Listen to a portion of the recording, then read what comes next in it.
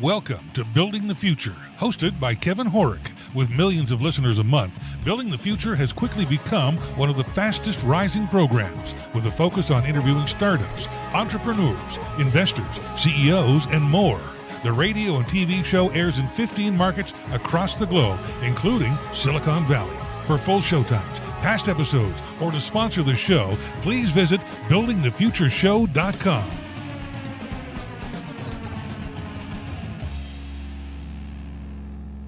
Welcome back to the show. Today we have Brian Kornfeld. He's the president and co-founder at Synapse Florida. Brian, welcome to the show. Thank you so much for having me. Thrilled to be here. Yeah, I'm excited to have you on the show. I think what you guys are doing is really innovative and cool. And I think a lot of people don't realize how much innovation and really cool things and companies are actually coming out of Florida. So welcome to the show, man. Well, thank you. And I'm glad that you kind of start with that, because there really is so much that goes on in Florida, whether it's in the Tampa Bay area or Miami or Gainesville, Orlando. There's so much cool stuff: gaming, medical, defense tech, virtual reality, augmented reality. There's a lot of game-changing activities going on here. There's over 1,000 people that move to Florida a day. I actually did a study last night, and 162 people move to Tampa Bay every single day. And all of them need jobs, and all of them need a lot of room in the innovation space. And there's a lot of exciting activity going on, and we're excited to let the world know about it. Very cool. So before we get into everything that you're doing currently, let's get to know you a little bit better and start off with where you grew up. Cool. So I grew up here. Okay. And I know here is a relative term for everybody listening out on the podcast world. Here, I grew up in Clearwater, Florida, which is a part of the Tampa Bay area. So I'm from here. I'm really proud to be from here. I've loved this area. Big sports guy, so you can find me at every Bucks game, fortunately or unfortunately, for my own sanity. A lot of Lightning games, a lot of Rays games, and really just love this city. I think it's one of the hidden treasures of the country. Very cool, man. So you went to university a few times.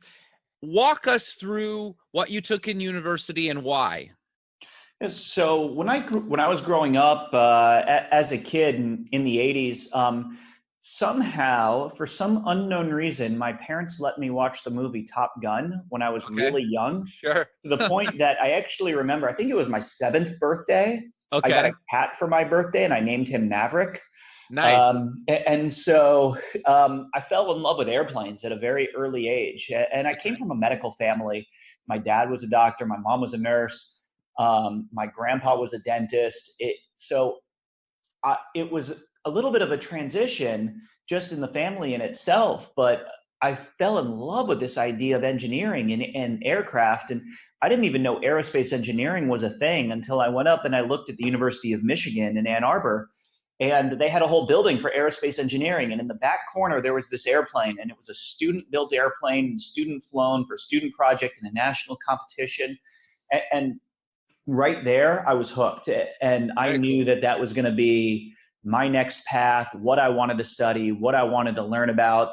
And I was thrilled to be able to get a bachelor's from the University of Michigan and a master's from the University of Florida in aerospace engineering, really because it still, to this day, aircraft, satellites, aviation remains a passion of mine. Sure. Although a lot of people will tease me that they say that I did this just so I could go around and tell the world that I'm a rocket scientist, because because it just so happens that I like to tell the world that I'm a rocket scientist. Fair enough. I don't blame you. And my wife tells me I'm only allowed to say something's not rocket science once a day. So I'm sure by the end of this interview, I'll get through my one for the day. That's awesome. No, and I think too, it's become so common in the media nowadays with all the Mars talks and the recent kind of landing on Mars again. And like, I think it's more and more kind of in the public eye. Maybe it seems like it kind of went through a lull for a while, but it seems to be a lot more kind of popular now in more pop culture. So I think it's very cool that you get to talk about that kind of all Yeah, the time. it's the nerd revolution. We're taking Yep. over, and a lot has to do, somewhat, in all honesty, with the Big Bang Theory, the Sure. TV show. They've romanticized the nerds of the world, and taught and brought out the comic books and toys and things that people play with. And I actually wasn't a big comic book guy growing up, Okay. at all, but it's become a cool thing again. And Comic-Con San Diego, just look at that and the transition that's taken place there. It's Yeah. now one of the hardest tickets to get in the country for any event, period. Yeah, interesting. Yeah, no, that's really cool, man. So walk us through your career up until what you're doing now, because you have a really interesting journey how you got to where you are now. Cool. So I started, after getting a master's, I moved out to Los Angeles, and Okay. I worked with Northrop Grumman, and I was pre-flight testing satellites. And you can learn so many lessons by testing satellites, but one of which is perfection. Okay. And because if you put a $500 million satellite out into outer space and that thing breaks, you've just sent a $500 million piece of space junk that the taxpayers paid for into outer space. Sure. And that's there's a lot of pressure there, and there's a lot of redundancy that has to happen, a lot of process improvement, data collection, and analytics to make sure that everything is really, really, really perfect. So there's a really, really, really good lesson for a lot of people to learn, on what it means to truly stick to something and make sure that it's going to work no matter what. Sure. It was a great first job, especially as a 24-year-old. And to be able to say that I'm a part of programs that launched multiple satellites into outer space, that in itself could be somebody's career and lifelong Sure. accomplishment. And Totally. that was age, I think, 25 or 26 for Wow. me. So I was already well positioned, well on my way, and very proud of what I was doing. Sure. At the time when I was living out west, there was always something a little bit missing, and there was a family issue back at home, and California never quite felt like home to me. As Okay. much as I loved living out there, I had a great one-bedroom apartment right across the street from the beach. Nice. Just there was something that always drew me back to wanting to be in the Tampa Bay area. And so finally, in July of 2009, I decided, my parents were out visiting me, and I said, now, you know what, I'm going to move out back east. Told them right there. Of course, 1 week after that, I went on the first date with the woman who ended up becoming my wife, and I couldn't stay out in California forever with her. So I'm still so thankful to this day that she decided that I was worth it to follow to Florida, even though she had never lived anywhere other than California. After I moved a couple months later, Interesting. and I'm indebted to her for the rest of our life for Sure. that. But something, getting to know her family was really interesting, and something really interesting happened right before I moved back. Her father, we were sitting down talking, and he looked at me and he said, "So just got to ask you one real question about Tampa." Like, Okay. okay, and I don't know what he's going to ask about. And maybe it's hurricanes, maybe it's what do you do there, since you don't know much. Maybe how do you make money there? What industry's there? And he looks at me with a dead serious face. He goes, "What do you do about the alligators?" I'm like, what do you Okay. mean? I played golf growing up, so you see alligators in the lakes, and they never bother you. They leave you alone. But his response was, when you're like taking a run down the street or you're driving your car and an alligator chases you, what do you do about it? And now I'm having these visions of Hollywood movies of alligators going Sure. 75 miles an hour and jumping on cars and getting through my sunroof.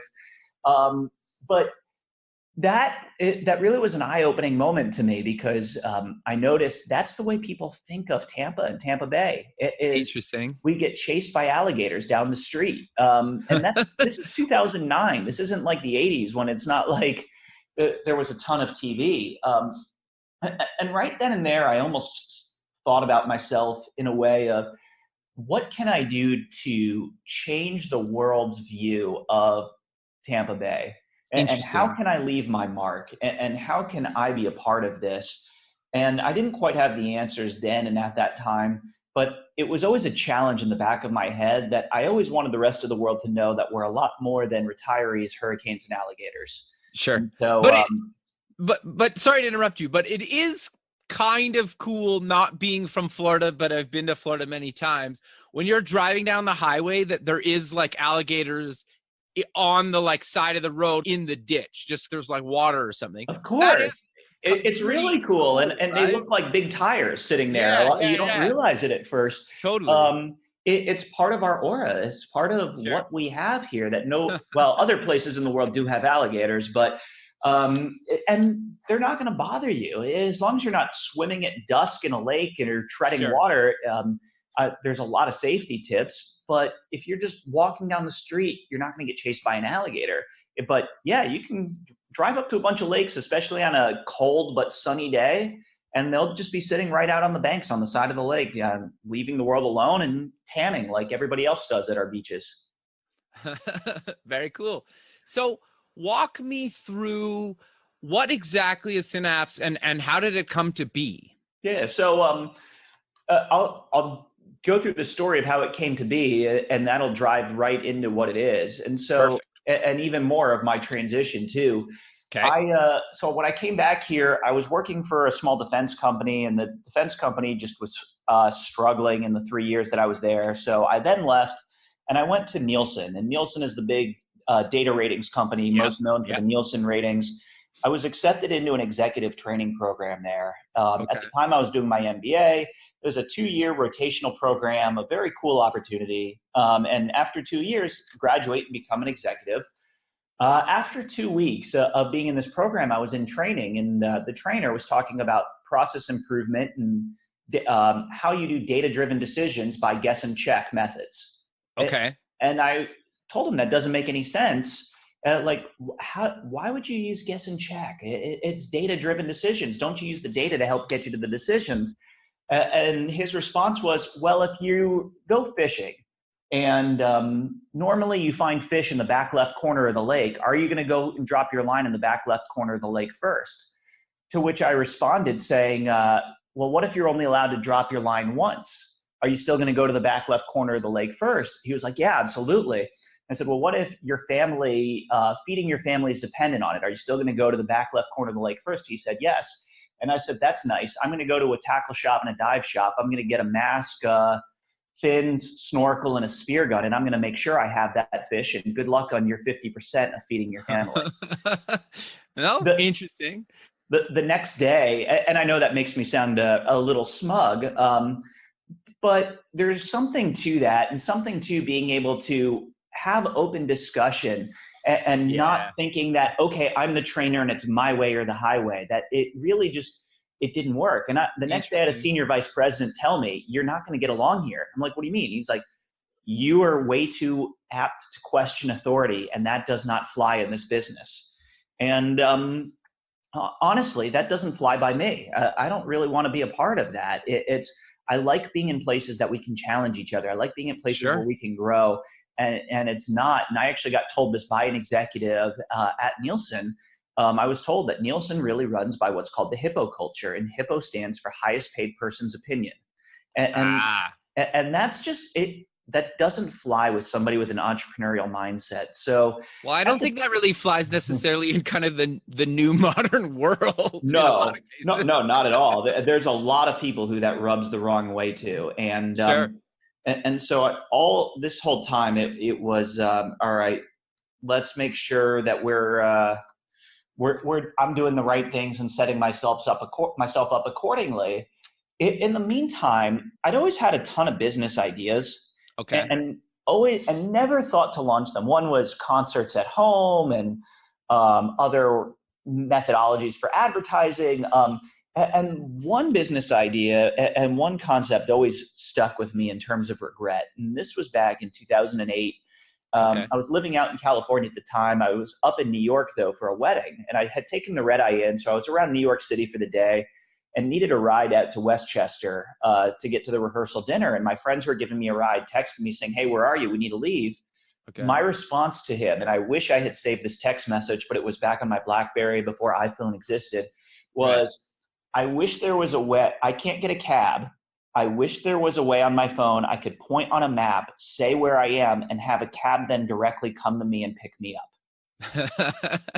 This was a couple years before any ride sharing existed. Sure. Now, I didn't think of the whole ride sharing aspects of it, but the idea of the map calling the cab was far-fetched at that time frame. Sure. And it's always stuck with me as something of, wow, why didn't you do this? So when I was doing my MBA at the University of South Florida, I was I showed up, and it was an executive program, and at the time I was managing a small team. Okay. But I was probably the most junior person in the class. And the first day I showed up for lunch, and I was sitting next to a partner at PricewaterhouseCoopers and a CEO of a commercial HVAC business that does a couple $1 million annually in revenue. And I was pretty intimidated. Got into the first class, and I said, I'm just not going to do this. I'm not going to be intimidated. I'm not going to sit back and wait. And at that point, I said, I'm going to start to lead this. And so I started participating a lot in the discussions and standing up. And by the end of those 2 years of the program, the class was looking at me to be the one in front of everybody, giving speeches on behalf of the class and leading the class. And I was elected to be president of the class advisory council to the whole university for the MBA program. And so I realized that it was just really a confidence thing in me and that I could do this. And finally, now I have some of the business skills to go with my engineering background, and I'm going to start a company. And now it's just a matter of what. Okay. So at the time, my wife and I, we were planning a vacation to go up to Nashville for a couple of days over the holiday. And she looked at me and she goes, where should we go eat? When we're there, I'm like, I don't know. Let me ask a couple friends. She goes, hold on, let me post on Facebook. So she puts a post on Facebook saying, hey, where should we go eat when we're in Nashville?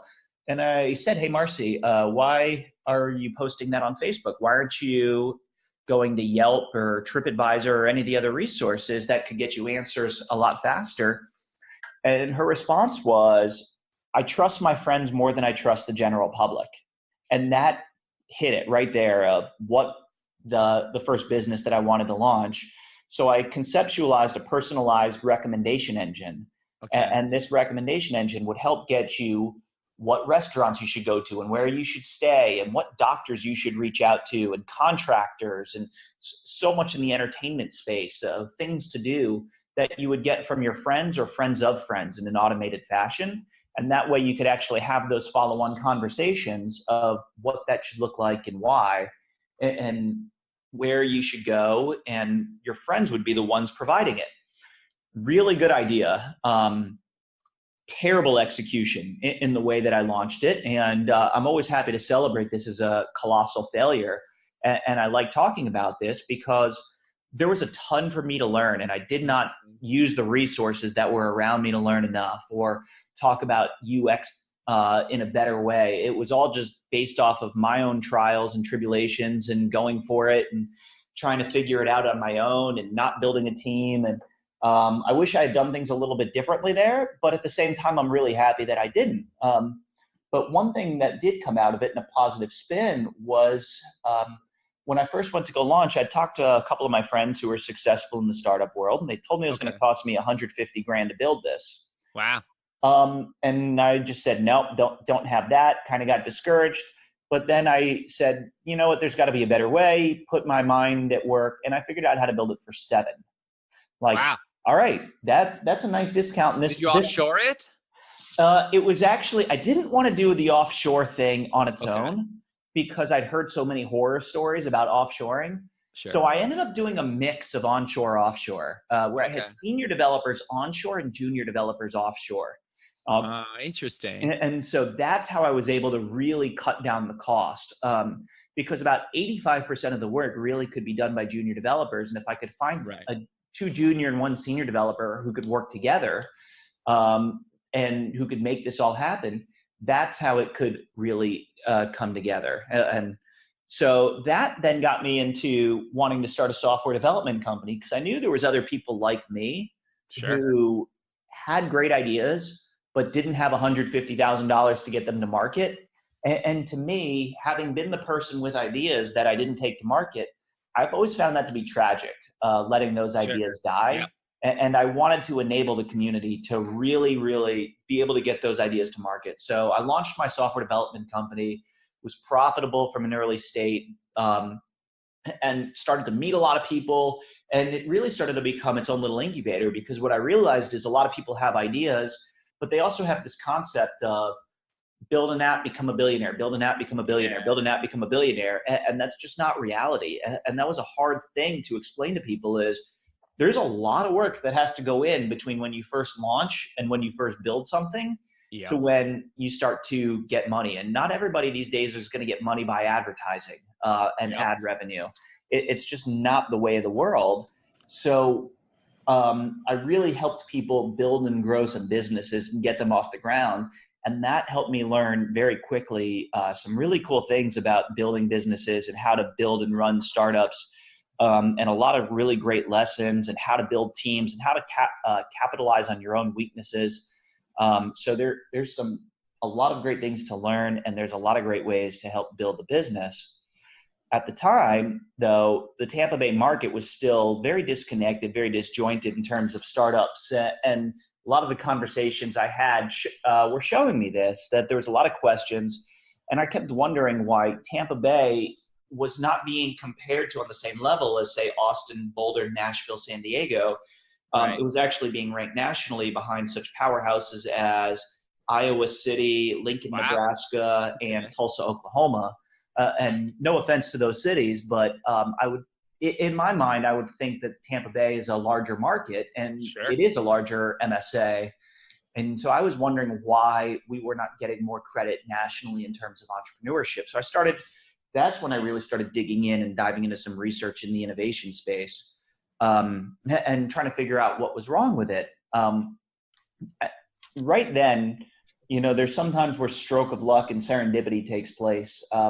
I had one of two strokes of luck over the course of about a 2-month span of the summer of 2016, where one of them, I went to a talk by a guy named Jeff Finnick. And if the name isn't familiar, he owns the Tampa Bay Lightning, and between him and Bill Gates are putting in about $3 billion into real estate in downtown Tampa and completely revitalizing downtown Tampa.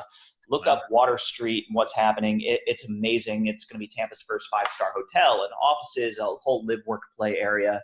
Cool. And it'll be very similar to what happened in Pittsburgh and Seattle and some other markets.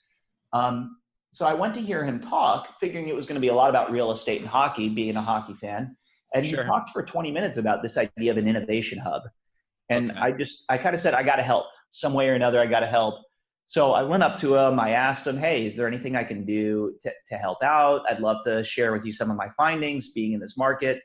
He gave me his card. And I always say, if I had written him an email and he had passed me to a staffer, or I never heard from him again, or he just said, thanks, I don't have the time, I never would have batted an eye, never would have thought twice. And I would have been so appreciative of even talking to me for 1 minute on that day. Totally.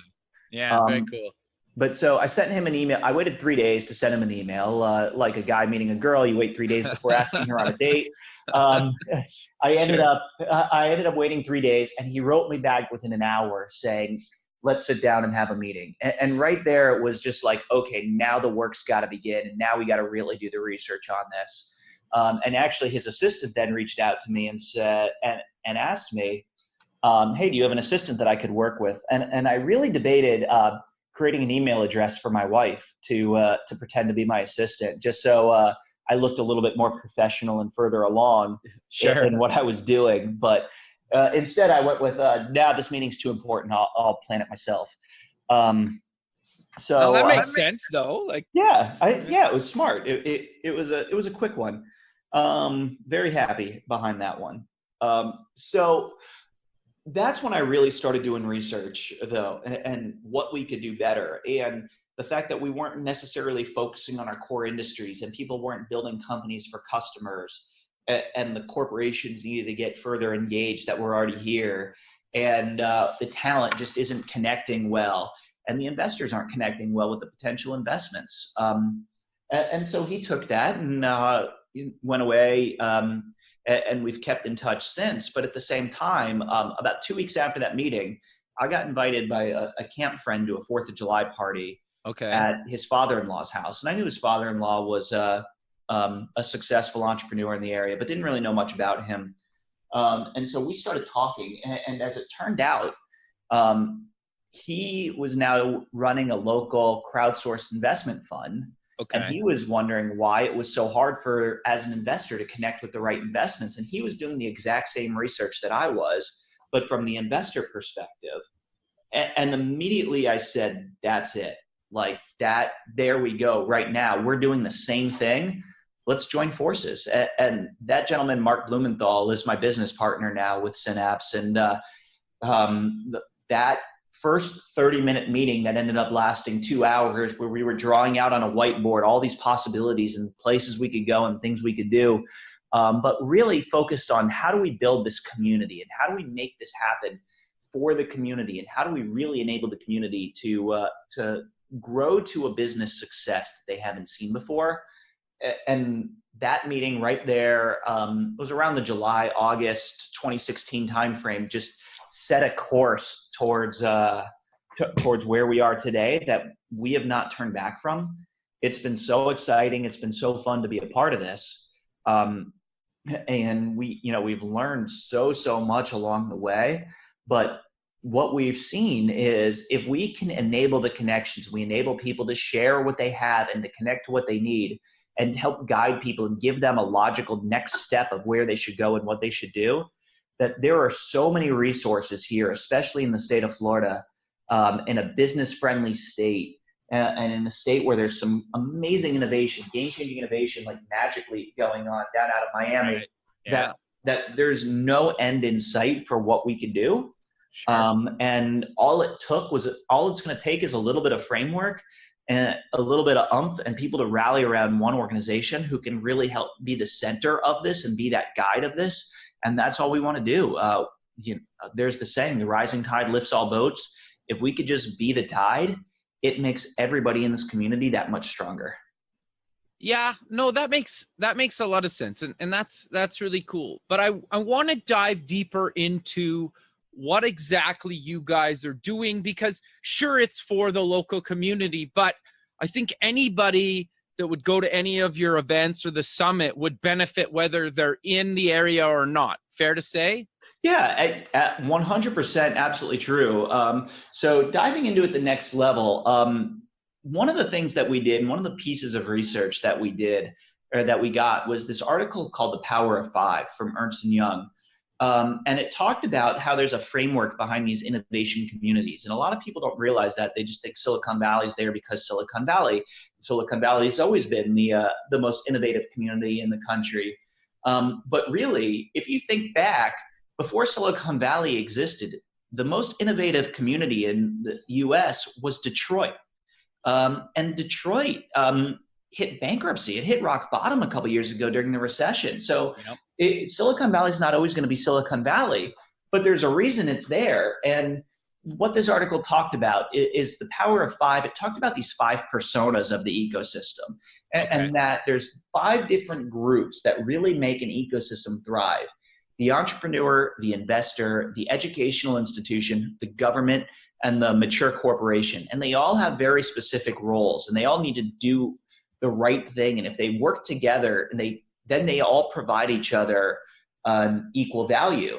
And what it talked about is that in Silicon Valley, everybody rallied around the educational institution of Stanford. And one of these personas in every market is always the rallier. It's always the igniter.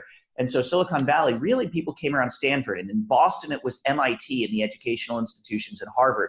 In Chicago, it's the hard-nosed entrepreneurs. In New York, it's the money. And then it talked about Cincinnati. And Cincinnati is always the page in the article when you say, the plot's now thickening, because you don't realize, a lot of outsiders don't realize Cincinnati has such a thriving innovation economy, but it does, because the corporations are the ones who stepped in and said, we're not going to die a painful death the way some of our competitors have. And the corporations I'm talking about are like Macy's and Procter & Gamble, Kroger, for example. The consumer product goods space is getting thrashed in the United States, especially with the online retail. And they looked at Circuit City going away, and now Sears and Kmart are on the downward track. they said, we're going to do something differently. So they wanted to get the local innovators involved, and they are the ones who really kickstarted this. And they did it by putting on these innovation challenges where they took their biggest problems and they crowdsourced the solution for prize money to the local innovators. And what they started to see was the local innovators then were the ones who came up with these great solutions. They got solutions faster and less expensive by orders of magnitude. And then they were able to invest further in the innovators, and the innovators then grew and they built themselves up to be companies that they then could sell. There was an M&A pipeline. There were specialized incubators that were being built. This whole economy got built around these innovation challenges, all because the corporations stepped up, and it created a capital fusion in Cincinnati like no other market had seen before. So we now looked at this article and we said, okay, now what's the framework got to be for Tampa Bay and for the state of Florida? And we took those 5 personas and we actually added 3 more. We added the entrepreneurial support organization, accelerators, incubators, and co-working spaces. We added talent, and talent is a huge deal here between student talent, those in between careers, potential co-founders, mentors, developers, and the innovation enablers, lawyers, the bankers, the accountants, software development companies, people who are helping those build and grow. And that together really builds a framework of how this whole community can work and thrive together. And we said, all right, well, now if we have the framework, now we need the how. How is this framework going to happen? How is it going to come together? And we decided in 3 ways is really how this needs to take place. The first is actually with using those innovation challenges, and we've become a marketplace for them locally and around the state where companies are coming to us, and it could be companies that people have heard of from all over the world. Like potentially soon we're going to be launching one with the Tampa Bay Rays. We're in talks with the Tampa Bay Bucks, and those are sports teams. They're not necessarily known as innovators, but they really, really do things in new and innovative ways. So that marketplace is taking off. We built a web platform that's similar to a community platform that people would see, but we built it in a custom way to make it easy for people to get around and to find what they need at a 24/7, 365 time frame, but also based on some filterable criteria. So if you think of kayak.com and going to look for a flight, some people want to fly on the morning of November 29th for the cheapest flight possible. Some want to fly anytime November 29th as long as it's United Airlines. Some don't care as long as it's nonstop. And some and everybody has a different hypothesis when they go and they set themselves up. So it's the same thing in the innovation space. It might be a location where you want to do business, or an industry or technology, or a stage that you want to do business with, or a group that you want to do business with. And that's how we set this up, so you can filter at a quick point and click to instantly see what you're looking for and to instantly grasp groups that really fall right within your own personal hypothesis. Yeah, no, it's interesting because I was actually playing with the platform before we kind of started recording just to see what it is interesting what you guys are doing, and I think it makes a lot of sense, right? And just being involved in the community. Are you guys going to eventually though open it up to people outside of Florida? I guess they could use it currently, but are you guys going to bring it around? There's conversation of that. It's Okay. not, we're not 100% sure yet after Florida. Okay. We've talked with people like David Rose from Gust.com, and he loves what we're doing, and it actually builds on top of what they're doing. So there's that possibility, but we really do want to focus here locally first, or at least first, to make sure we can understand and make sure that we're perfecting this. There's still lessons that we're learning on an everyday basis, how to connect the community just that much better. Sure. There's a lot that we can do, but if we can successfully connect this state and keep going on this path, I don't see why we cannot then connect Florida more to the rest of the country in a way that we could a lot easier.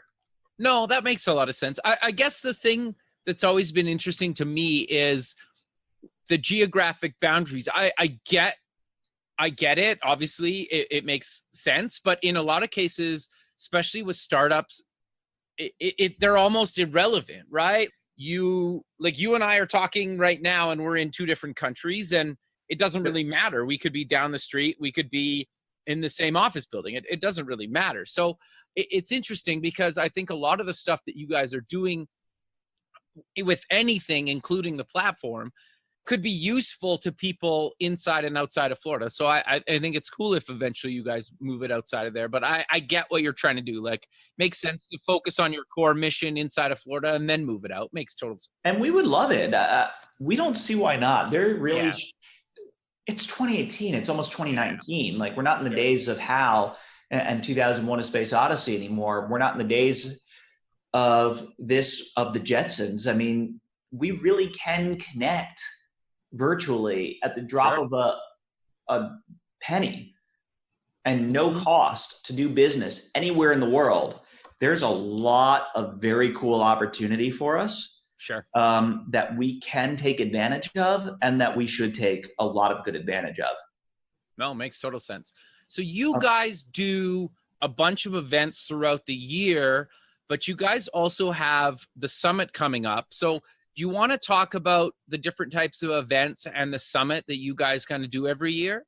Yeah, so really, and I guess I didn't get into this, the third thing that we do is these purpose-driven events, and it's to get everybody under one roof at one time and to make those purpose-driven connections. And we set up, especially our summit, in a much different way than anyone else has really ever done an event. We do it in a hockey arena. And the hockey arena is not a typical convention space, but it means we can set up a stage like a concert, make it like rock stars.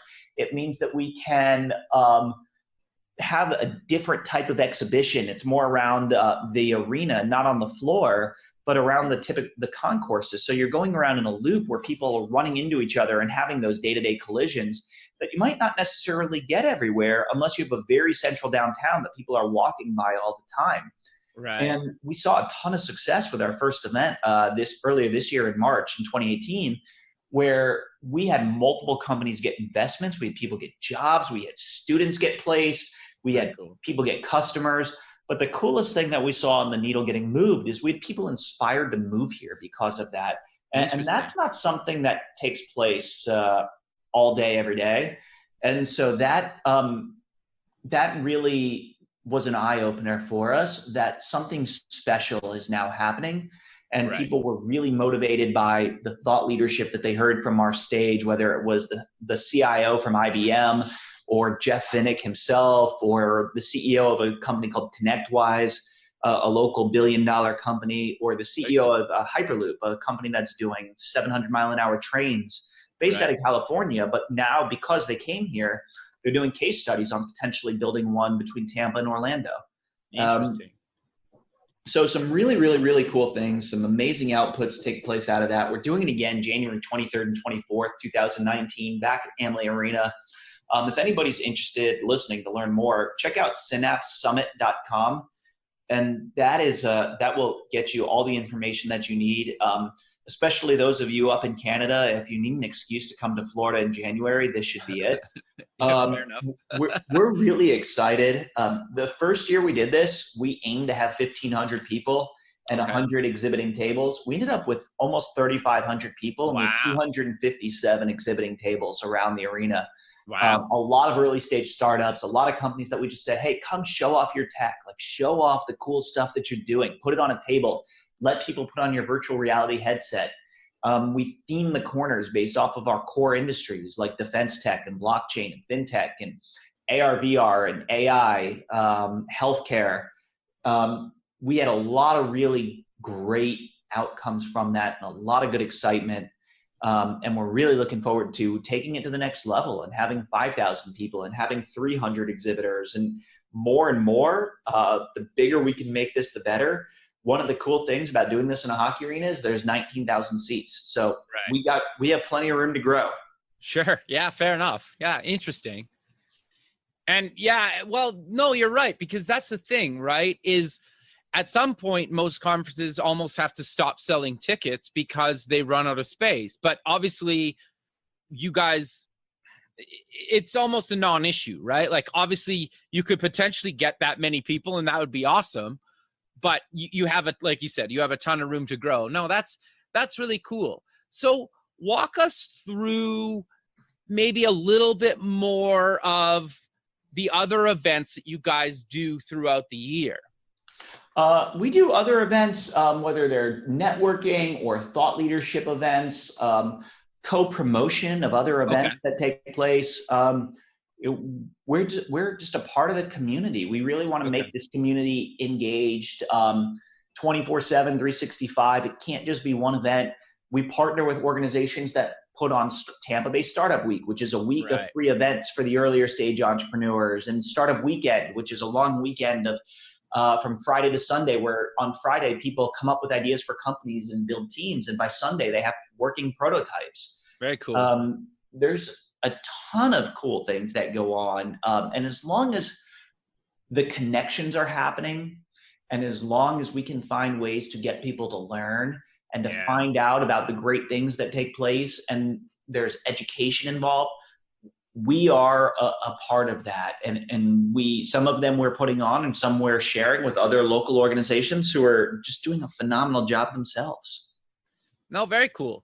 You guys also published a book. Do you want to talk about that? Because I don't think, I've never really heard of a book talking about the stuff you guys are doing and kind of did with the book. So do you want to talk about what you guys did? Pretty innovative in itself. That really is the fourth piece of our puzzle. And it's a book called Innovate Tampa Bay. And the thought process behind it is the old is cool again. The old is new. Sure. And this idea of coffee table books has gone away recently, where a lot of people are going digital. But it's this really nice, almost like a yearbook, but a coffee table book, where companies and thought leaders and innovators and universities here can all showcase the amazing things that they are doing. And it's finally the first way for people to really get that time of day that they don't normally get, and that opportunity to talk about great things that they're doing that they don't normally get. That in itself is just cool on its own. Sure. But the stories about what's taken place from that are, they're motivating, because people, when they're not in it, they want to know, how do they be in it next year? We met with the mayor of Tampa a couple months ago, and we gave him a copy, and it actually completely derailed our meeting, because all he did the rest of the meeting was flip through it. Interesting. We met with the largest grocery store chain in Florida, which is the second largest company in Florida. And they called us 2 days after saying, hey, which drone company in this book should we call so we could do some drone photography? Very cool. That's the thought process of people. Yeah, interesting. Well, it seems like, and you can give me your thoughts on this, that there's been obviously a ton of innovation online, and there will continue to be.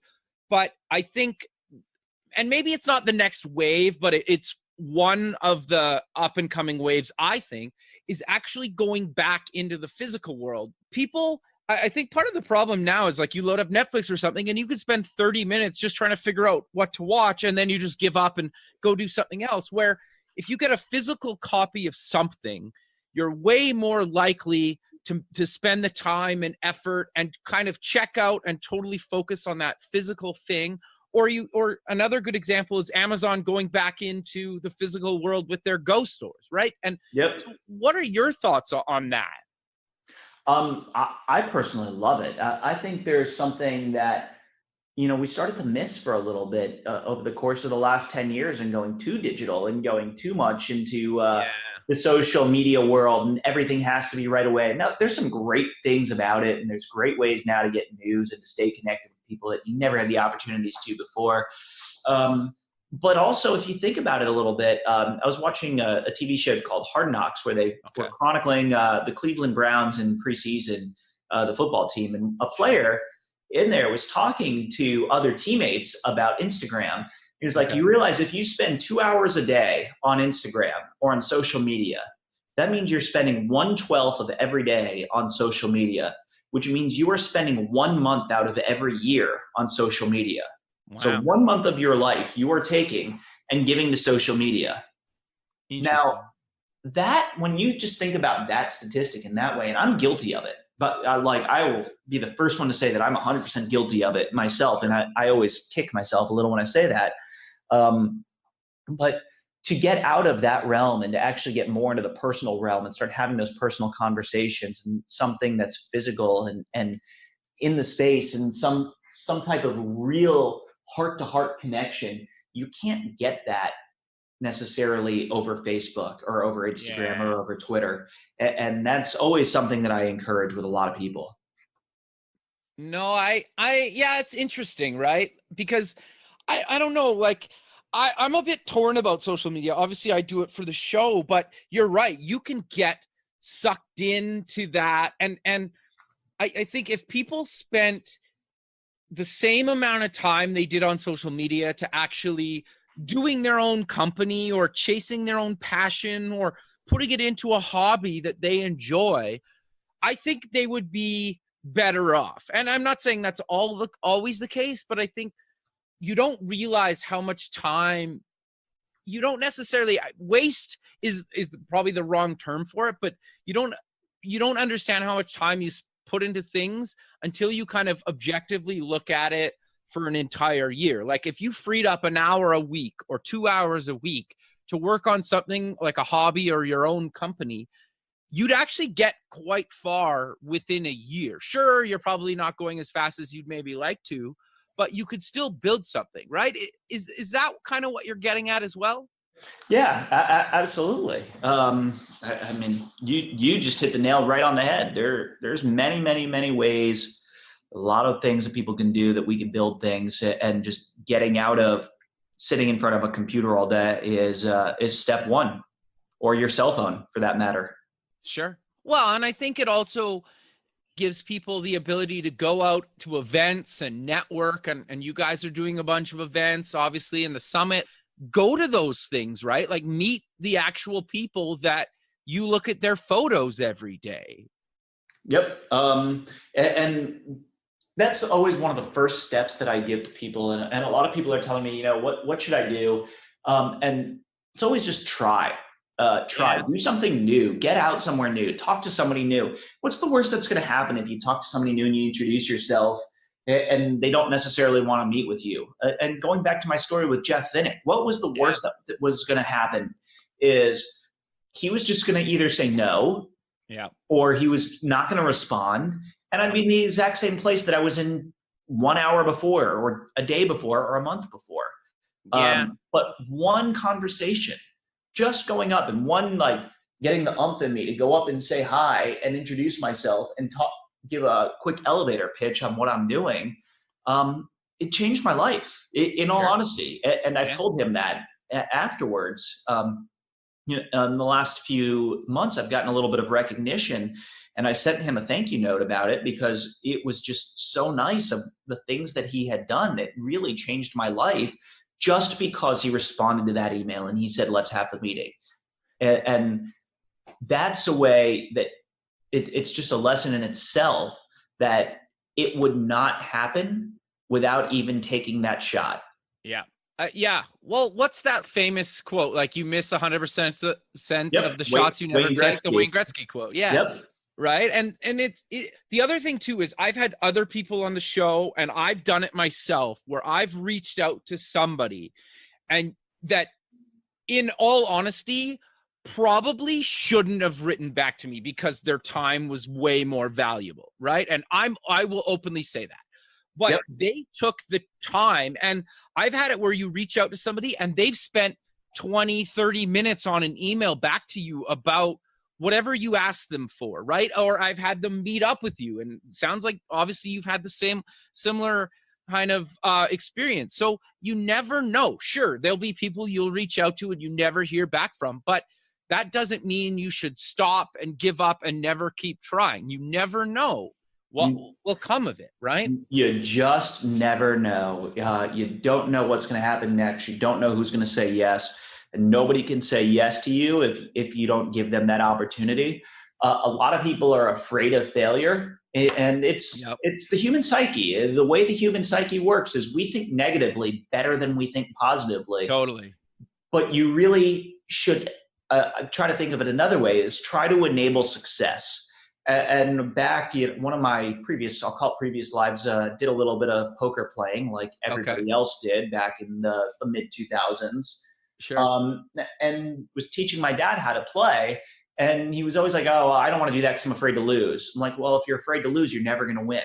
You Totally. have to be willing to take that fear and put yourself out and let yourself hang out there. Now, don't throw all caution to the wind. Sure.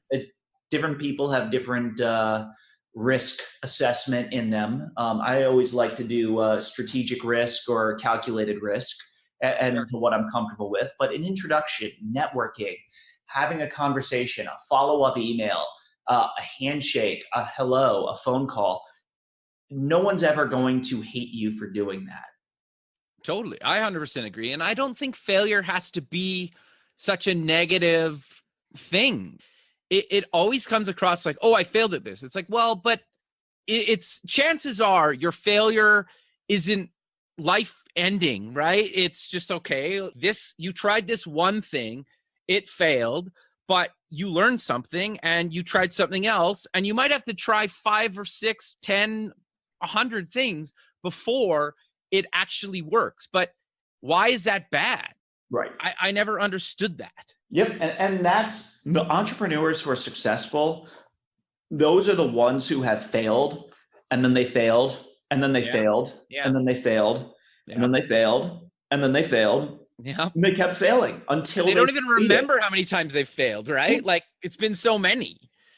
You get over it very quickly. And that's why when I go through my story, I always like talking about the early stage of the recommendation engine. It's called Rhino. Right. And because Rhino really was a failure, but that failure helped point me in a direction towards success. And I like to celebrate the fact that I tried it. I took the step. I threw myself out there. I spent a little bit of money. I was cautious about the amount that I spent. I didn't go crazy on it. Yeah. But if I look at the failure that took place and what lessons I took from that failure, I would not be the person I am today if I had not taken that step. No, makes a lot of sense. Well, and fair, like, you lost thousands of dollars instead of 150 grand, right? Yep. That's a huge difference. So no, that makes a lot of sense. But Brian, we're out of time. So let's close with mentioning where people can get more information about all the stuff you guys are doing, the platform, the events, the summit. Check out the book and any other links you want to mention. Yeah, absolutely. Go to synapsefl.com. So synapscfl.com. And that will get you that website will get you to anything as it relates to our challenges, our platform. Check out Synapse Connect, the platform. It'll link you straight to the event website, which does have its own separate URL because it's taken on a life form of its own. If you want to go straight to the event, go to synapsesummit.com. Again, synapsesummit.com. And that will get you all the information. You can stay up to date with the latest speakers, who's coming, exhibitors, sponsors, people who will be around the arena. And it's going to be very, very exciting. And one thing, just to end on, if I may, I always love quotes and nice motivational things. I have a whole wall of them up in my office. But one of them that I always stick by, and this has a little bit to do with me being a University of Michigan graduate, since this quote's by Jim Harbaugh, the head football coach, but it really resonates with me, and it should resonate with a lot of entrepreneurs. And his quote is, if your friends aren't laughing at your dreams, you're not aiming high enough. Yeah, that's a really good one. I love it. And I think about that. And so I really, anybody who's listening, aim high, dream high. There is no too high for you to aim or dream. Sure. And my own personal dream, and I just put it out to the world because you never know, is to one day own a sports team. And I know I got to do a lot to be able to get there. There's billions of dollars that need to be made before I can get there, but I'm hoping I'm putting myself on that path to success. The secondary dream is to make Tampa Bay and the state of Florida the world's next great innovation economy and community. And we are well on our way there. And I'm thrilled just to even be a part of it. Very cool, man. Well, I really appreciate you taking the time out of your day to be on the show, and I look forward to keeping in touch with you, and have a good rest of your day, man. Thank you very much. I appreciate the time. Thank you. Okay, bye. Bye. Thanks for listening. Please visit our website at buildingthefutureshow.com to join the free community, sign up for our newsletter, or to sponsor the show.